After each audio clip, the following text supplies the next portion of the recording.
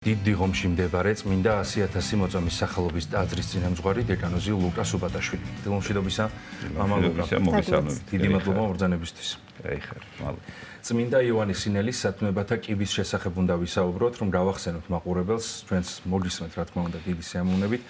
რას ნიშნავს, როგორ შეიძლება გავიგოთ ეს სიტყვები, სათნოებათა კიბე და რას გვაძლევს ზოგადად ცხოვრებაში ამ თხზულების გაცნობა, გავეცნოთ ამ თხზულებას. ეს ჩვენი მთავარი პრობლემიდან მომდინარეობს. ჩვენთვის ასე ვთქვათ, როგორც ერთი წმინდანი ამბობს, წმინდა წერილის შემდგომ ყველაზე მნიშვნელოვანი წიგნი ეს არის სათნოებათა კიბე. ეს არის ჩვენ თუ მთავარ პრობლემას განვიხილავთ, რა არის ჩვენი მთავარი პრობლემა? ეს არის, როგორც იოანე სინელი ამბობს, იოანე კიბის აღწერილი, ეს არის ვნებები, რომელიც არის ჩვენში ყველანაირი პრობლემის წარმოშობი, დაწყებული ფიზიკური დაავადებებიდან. ნებისმიერი დაავადება მოდის ვნებისგან, რომელიც ესე იგი შედის ადამიანში, საკუთარი ნებით უშვებს ადამიანი თავის თავში რაღაცა ვნებას. ვნება არის ცოდვა, რომელსაც ადამიანი ჩაიდენს ერთხელ, ორჯერ, სამჯერ, 10ჯერ, 100ჯერ და მერე მისთვის ისეთივე ბუნებრივი გახდება. აი ესა თუ ის ცოდვა, აი როგორც მაგალითად წყლის დალევა და სუნთქვა არის ჩვენთვის აუცილებელი. და მერე ადამიანი უკვე ესე იგი გამტკიცებული ცოდვა ეს არის ვნება. და მერე უკვე ადამიანი ამ ცხოვრებით ცხოვრობს. ესე იგი ცხოვრობს არა ნამდვილი სიცოცხლით, აი ქართველებს უნიკალური სიტყვა გვაქვს, მერე ცეცხლი კი აღარ არის ჩვენში და კი არ ცოცხლობთ, არამედ რაღაცა ვნებებში ვართ და ეს არის სიცოცხლის ალტერნატიული შემოთავაზება, რა თქმა უნდა, ბოროტი ძალისაგან. და აი ადამიანში კვდება სიცოცხლე და ადამიანი იწყებს მერე პრობლემებთან ბრძოლას. არის პრობლემებში და ეს პრობლემები ათასნაირია. ვერ ვიტყვით, რომ ერთი პრობლემა გაგიჩნდება, ორი პრობლემა, განცდა გექნება, რომ ხარ ოკეანეში ჩავარდნილი, სადაც შეიძლება 1000 უბედურება შეგემთხვეს და პერსპექტივასაც ვერ ხედავ. ეს არის დიდი პრობლემა. ვნებები ამას იწვევს ადამიანის მოხვედრას სადღაც ლაბირინთში, საიდანაც გამოსავალს ვერ პოულობს ადამიანი. და აი ამ დროს, რა თქმა უნდა, ღმერთი ჩვენ ყოველთვის გვაძლევს გამოსავალს და აი იოანე კიბის აღწერელის კიბე ეს არის უბრალოდ უნიკალური ცოდნა, ეს უღრმესი ცოდნა იმისა, თუ რა გვემართება, რატო გვემართება, როგორ მოქმედებს ვნება, როგორ იწყება, რომ თავრდება მერე თავის მხრივ რომელ ცოდვებს აძლევს მერე გასაქანს ადამიანში და ეს არის რაღაცა ჯაჭვი, რომლითაც ერთი ცოდვა თუ შევიდა ადამიანში, მერე მოყვება მას მთელი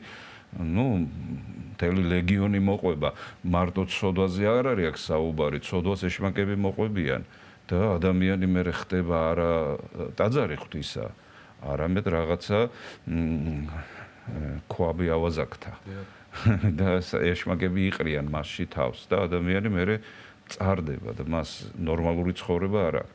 ამიტომ რა თქმა უნდა, ვინც ღმერთს ეძებს და ვინც ხვდება, რომ რაღაცა ზედმეტი აქვს თავის თავში, ცუდი თვისებების სახით, ცოდვების სახით და ასე, მან უნდა მიმართოს ამ წიგნს, რომელიც სრულყოფილ ცოდნას აძლევს მას.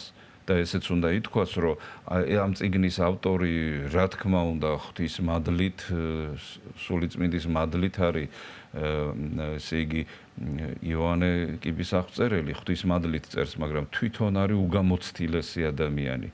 მან იცის რაზე წერს. მან თავისი ცხოვრებიდან დაწერა ეს.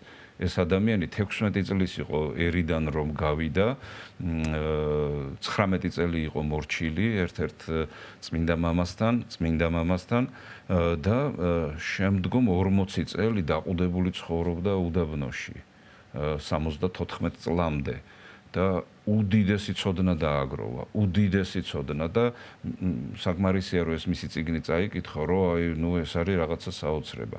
მაგრამ აი მისი წიგნი კიბე ეს არ უნდა იყოს, თქვათ, ერთხელ წავიკითხე და დამთავრდა. ეს არის უბრალოდ სამაგიდო წიგნი. უბრალოდ სამაგიდო, რომელიც ნებისმიერ, აი 30 ცოდვაზეა იქ საუბარი, 30 უმძიმეს ცოდვაზე, უმძიმესი, იმიტომ რომ დამანგრეველ გავლენას ახდენს ადამიანზე და ამაზე საუბრობს სრულყოფილად. ესა თუ იცოდვა საიდან იწყება, როგორ ვლინდება და რომ თავდება და ანუ სრულყოფილი რო ხდება ადამიანს რო დაიპყრობს ეს ცოდვა, მე თავის მხრივ რა ცოდვებისკენ მიდრეკილებას აჩენს ადამიანში, ვთქვათ, აი ეს ცოდვა. ყველა ადამიანის ცხოვრება მსგავსია, ხომ შეგვიძლია ამის თქმა ამ კუთხით. კი, რა თქმა უნდა, ისე როგორც დაავადება მაგალითად რომელიმე ორგანო თუ დაავადდა მაგალითად გული, ღვიძლი, თირკმელი, მეტნაკლებად ერთნაირია მათი ცხოვრება, იმიტომ რომ ერთი პრობლემის ქვეშ ექცევიან ადამიანები. და რა თქმა უნდა, ექიმთან რომ მივიდეთ ის თქვათ თუ 1000 კაცს თირკმელი გვაქვს დაავადებული, ჩვენ 1000 კაცს ერთნაირ იმას მოგცემენ, ასე ვთქვათ, სამკურნალო ასე რა ქვია, რეცეპტს. ისევ წიგნს რო დაუბრუნდეთ, მამა ლუკა ფუარცები იწყება მორჩილებით და მთავრდება სიყვარული. ხო ეს მორჩილება რომ გავიგოთ ზუსტად იწყება ამ ქვეყნიდან გასვლით. როგორ უნდა განეშოროს ადამიანი ამ ქვეყანას.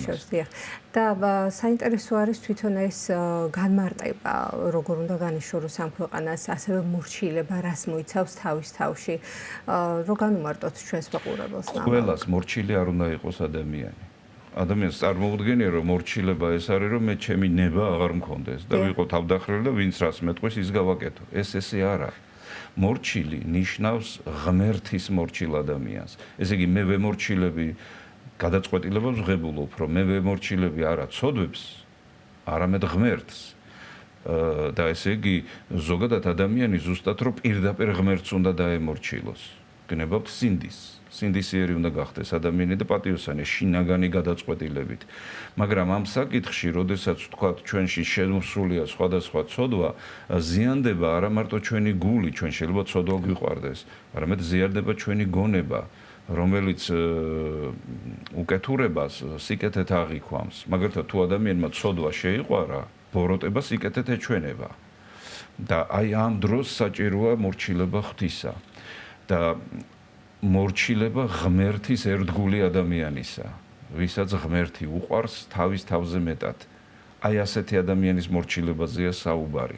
მაგალითად, იოანეს სინელი იყო სწორედ ასეთი წმინდა ადამიანის მორჩილი. და 16 წლის ჭაბუკმა მისგან ისწავლა ღმერთის ერთგულება, მორჩილება და აი 19 წლის მერე, ნუ თითქმის 20 წლის მერე, მან დაიწყო უკვე პირდაპირ ღმერთის მორჩილება. წარმოიდგინეთ, ანუ ჩვენ ცხოვრებაშიც ესე უნდა იყოს, ჩვენ უნდა დავემორჩილოთ ღმერთს, უნდა ვიყოთ სინდისიერი ადამიანი, სინდისიერი ადამიანი, პატიოსანი ადამიანი.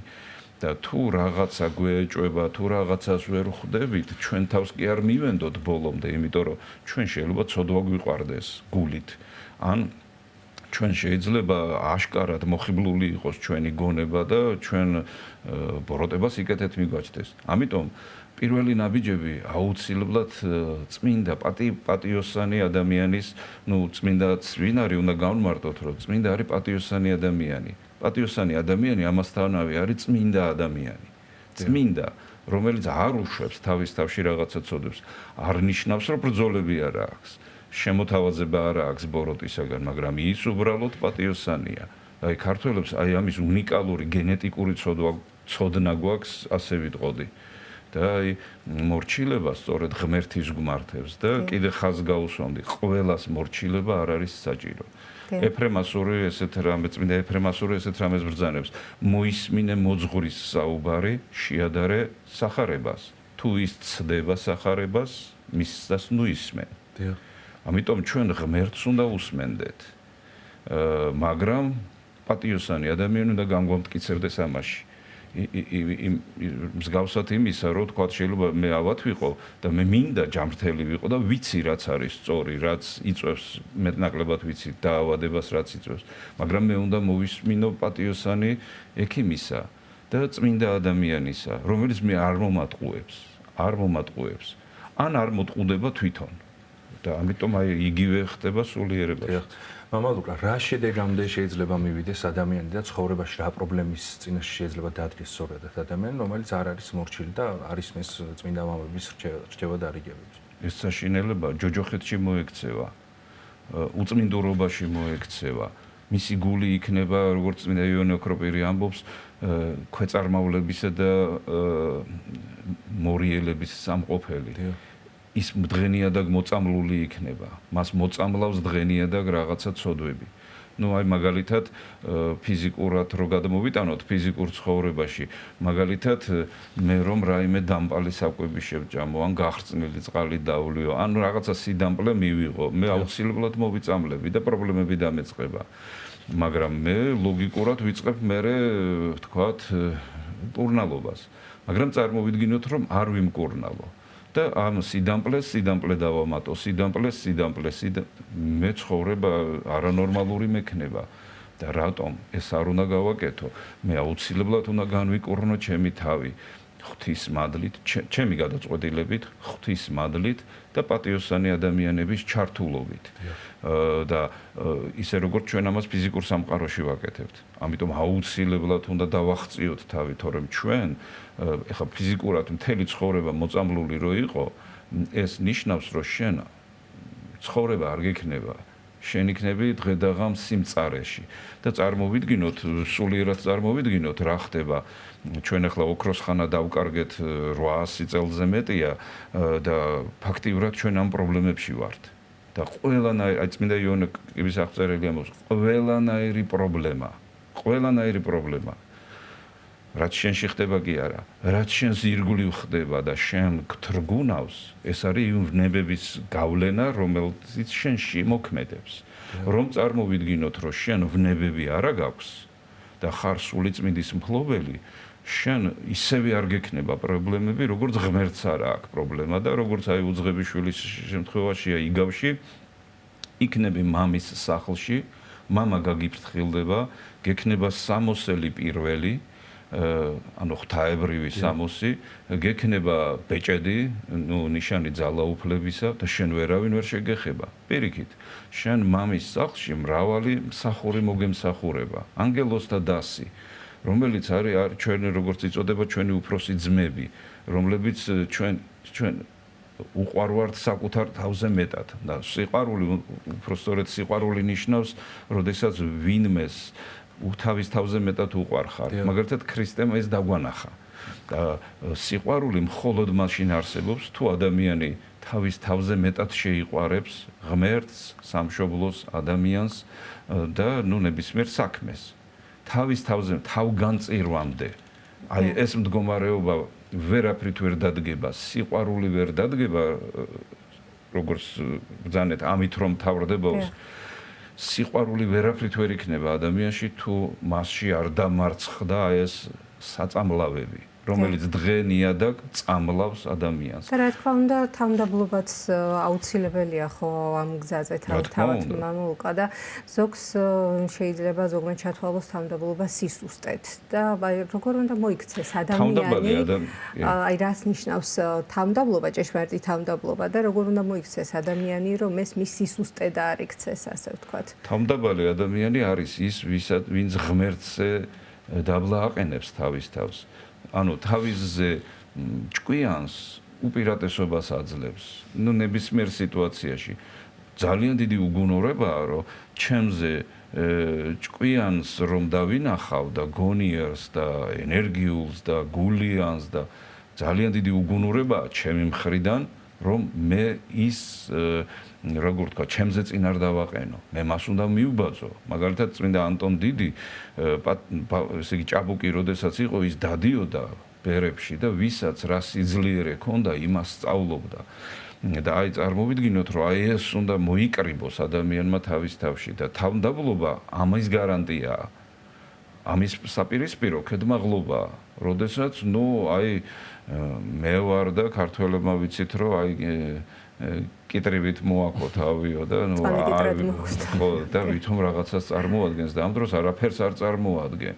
შენ ხარ იზოლირებული, ჩაკეტილი და უბედურებაში მყოფი ადამიანი, რომელიც დღენიადაგ იწამლები და შენ, ესე იგი, შენი ცხოვრება გაძლებაზე კი არ უნდა იყოს. შენი ცხოვრება უნდა აქციო დღესასწაულად, სიხარულად, ბედნიერებად.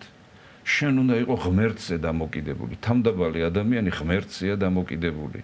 იმიტოა ის თავდაბალი, თორემ სიტუაციურად ხა დავით აღმაშენებელს როცა მტერი შემოესეო და რა ვიცი, თავდაბლობა ის კი არ არის, რომ უაზროდ ვიღაცას თავი დაუხარო, ანუ უაზროდ მაგალითად ვიღაცის მორჩილი გახდე, ну მაგალითად უცხოეთის, ამა ქვეყნის ძლიერის და ასე შემო, შენ უნდა იცოდე ვინ ხარ. შენ ძალიან დიდი ადამიანი ხარ. შენ ხარ ღმერთის მიერ შექმნილი სული, რომელიც შენშია. ეს არის ღმერთის სული და შენ შეგიძლია თუ ამ სულს გაათავისუფლებ აი ამ საწამლავებისაგან, გახდები როგორც ღმერთი. და შენ ცხოვრება ამას უნდა მიუძღვნა, რომ შენ სიხარული გქონდეს და ჩვენ ყველამ ვიცით, რომ სიხარული ყველაზე დიდი ბედნიერებაა. ჩვენ ხომ ვიცით ცხოვრებაში, რომ გვაქვს ხანდახან ეს მომენტი, ხანდახან გვაქვს ეს მომენტი, რომ გვიხარია და როცა გვიხარია, არც ხშია, არც წყურია, მიწაზეც ფეხს ვადგამთ თუ არა, ვერ ვაფიქსირებთ. ჩვენ საუკეთესო თვისებებს ვავლენთ, თუ საქმე გვაქვს რამე, ადვილად ვაკეთებთ. აი ღმერთის მიზანი და ღმერთს ასე ყავს შექმნილი ადამიანი, რომ ჩვენ მუდმივად გვიხაროდეს. ეხლა წარმოიდგინე, რომ მუდმივად გიხაროდეს. ეს რა ბედნიერებაა. ივანე კიბისახმწერელის აი ამ კიბეს, ну კიბე ვიცით რაც არის, მაგალითად რაღაცა ჩვენთვის წარმოუდგენელი სიმაღლე შეგვიძლია აგვაღებიოს კიბე. ну მაგალითად შეიძლება მე-9 სართულზე მე ვერაფრით ვერ ავალ. მაგრამ კიბის საშუალებით ნელ-ნელა მე ავალ, როგორც შეუძლია ჩემს ორგანიზმს, ისე შევიძლია დაუძაბველად ავიდე იქ. და ეს უდიდესი სიმაღლე ავიღო და აი იგივე შეიძლება სულიერებაშიც რო ვთქვათ.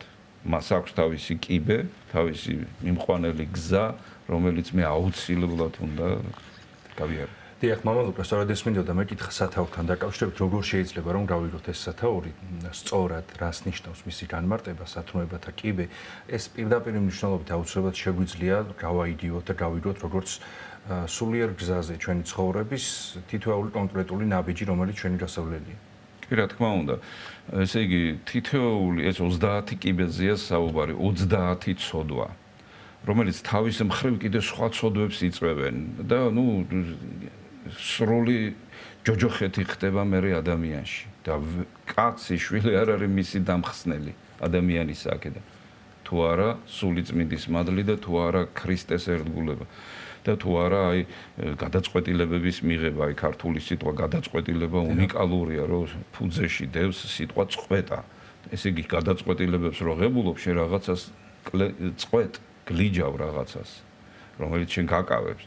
და აი სწორედ ეს ცხოვრება უნდა დაიწყოს ადამიანმა, რომ სათნოებები მოიპოვოს. ესე იგი, როგორც ერთი წმინდანი ამბობს, ადამიანი გავს ტალახში ჩავარდნილ ძვირფას თვალს.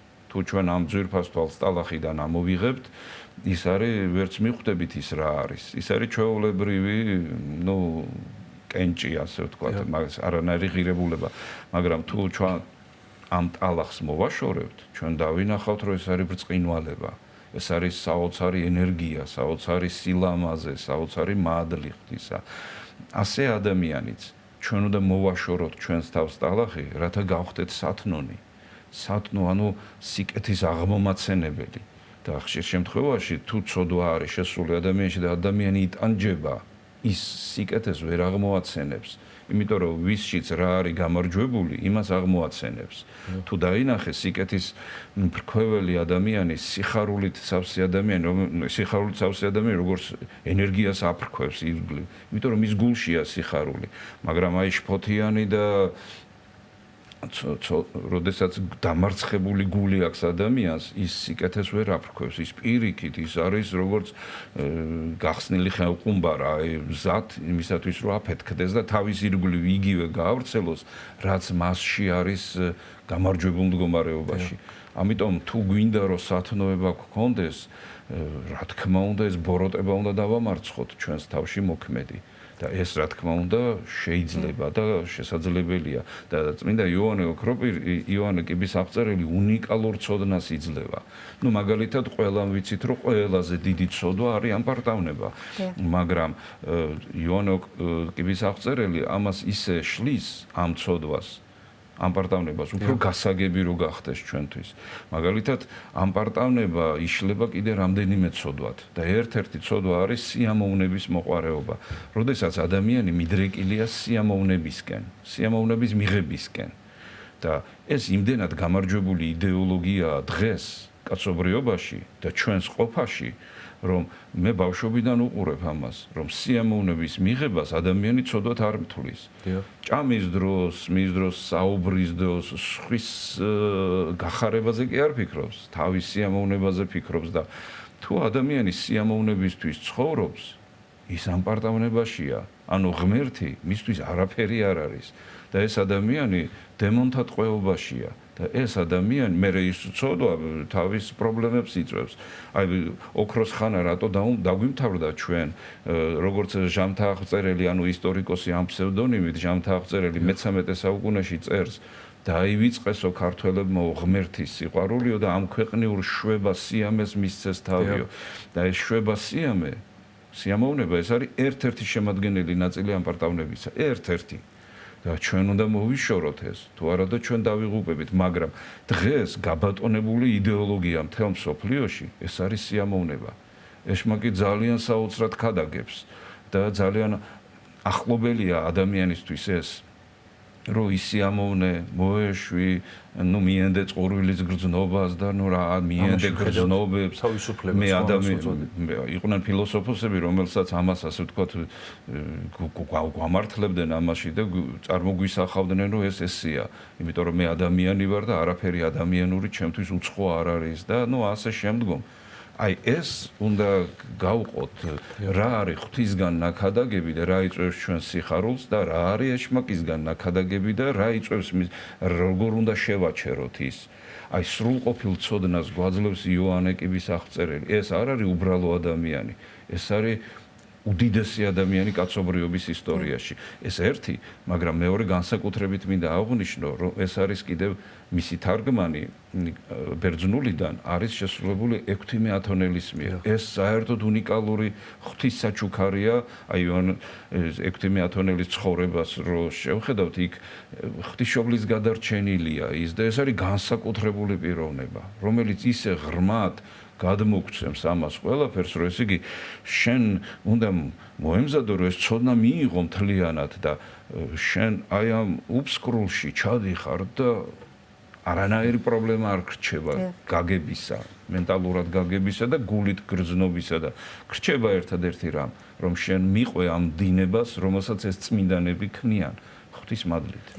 მამა ლუკა, თქვენ ბრძანეთ და ასე ნამდვილად რომ იოანე კიბის ამწერელი 40 წლის განმავლობაში ცალკე იყო უდაბნოში დაყუთებით იყო. საინტერესო სიტყვა გვაქვს დაყუდება კიდე ქართულად.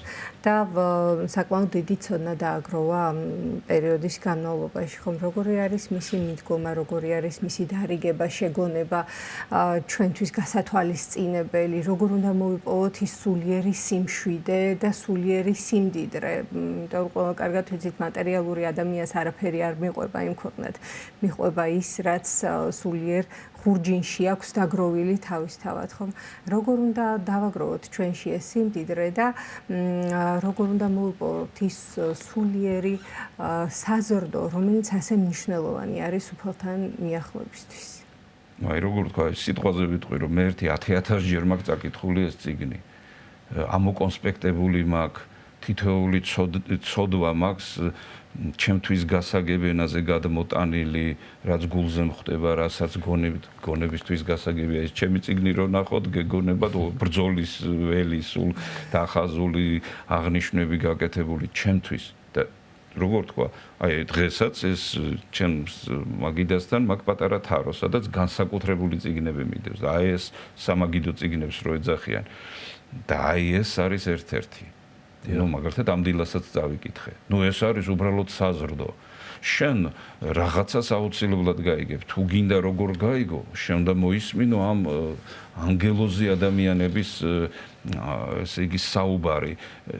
ერთი მხრივ იოანე კიბის აღწერის, მეორე ექვთიმე ათონელის ნათარგმნის. ეს რაღაცა საოცრება ამ წმინდანთა გარემოცვაში გაეხვევი უცებ. და ამისთვის უნდა მოიცალო. ერთგან ექვთიმე ათონელი მათეთ სახარების განმარტების დროს ესეთ რამეს ამბობს. თუ რამე საქმე გაქვს ამ ქვეყნით, გააკეთეო ის საქმე. მაგრამ თუ ამ წიგნის კითხვას დაიწყებო, აქ იყავიო, ამ წიგნთან იყავიო, გონებით, გულით და მთელი შენი ახლა რაღაცაზე რო იფიქრო, ვერაფერს ვერ გაიგებ. აი შენ მთელი ძალით უნდა იფიქრო ამაზე და ეს წიგნი ერთხელ კი არა და ეს ყოველდღიურად კი ეს ასე ვთქვათ ყოველდღიურად შეიძლება მართლა ყოველდღე ვერ წაიკითხო, მაგრამ შენ აქედან უნდა იკვებო. ცხოვრების თანამგზავრი. იქ ისეთ რეცეპტებს მიიღებ, ისეთ სიკეთეს ამოიღებ შენთვის, ისე დაგანახებს აი ამ შენს პრობლემას, რომ შენ გაოგნდები, შენი დაავადება, რაც შენ გაწვალებს, იქ არის გაშიფრული ყველაფერი და შენ უკვე არანაირი კითხვები აღარ გიჩნდება, რა გააკეთო, როგორ გააკეთო, როგორ დაიხსნა შენი თავი და როგორ გახდე ანგელოზი და წმინდანის ფორმულირება ესეთია, ის და მასზე 6 მეათონელი ამბობს, ის იყო ქვეყნის მკვიდრი, მაგრამ ზეცის მოქალაქე და ყველა ადამიანი ასეთი უნდა გახდეს. ქვეყნის მკვიდრი უნდა ვიყოთ, მაგრამ ზეცის მოქალაქე. ძალიან დიდი მადლობა მამა ლუკა მომბრძანებისთვის, ყოველთვის საინტერესოა თქვენი საუბრის მოსმენა და გემშვიდობებით. დიდი ღომში მდებარე წმინდა 100,000 მოწამის სახელობის ტაძრის წინამძღვარი დეკანოზი ლუკა სუპატაშვილი იყო ჩვენი სტუდიის სტუმარი.